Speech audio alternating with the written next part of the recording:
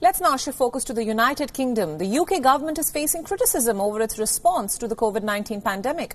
The European Union and UK's opposition leader, Keir Starmer, have both questioned the government's actions towards containing the spread of this virus.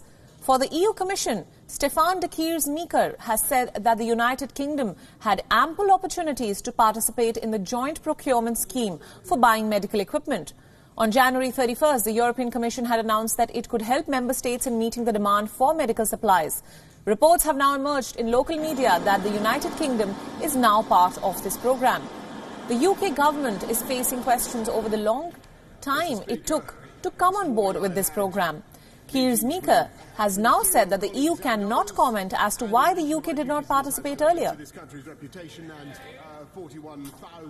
The European Commission already announced on the 31st of January that it could help member states with the organisation of such joint procurement schemes. And this idea of joint procurement and reporting on the state of the medical supplies in the member states was a recurring topic on the agenda of the Health Security Committee meetings.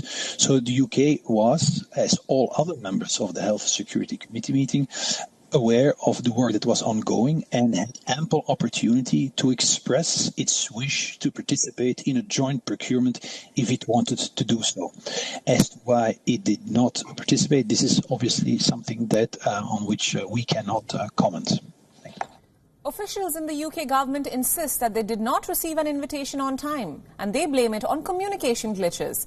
Earlier, an official in the Foreign Office had said that the decision to not join the programme was a political one, and he has now retracted this claim.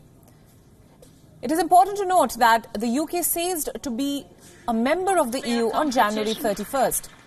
The day the scheme was announced, the EU Commission has repeatedly said that the scheme was discussed several times with British health officials. UK's government delay in joining the scheme has now attracted criticism back home as well. Opponents have accused the government of prioritising Brexit over breathing. Labour Party leader Keir Starmer has criticised the government for its slow response. He has also questioned the number of tests being done. And there's a pattern emerging here. We were slow into lockdown, slow on testing, slow on protective equipment, and now slow to take up these offers from British firms.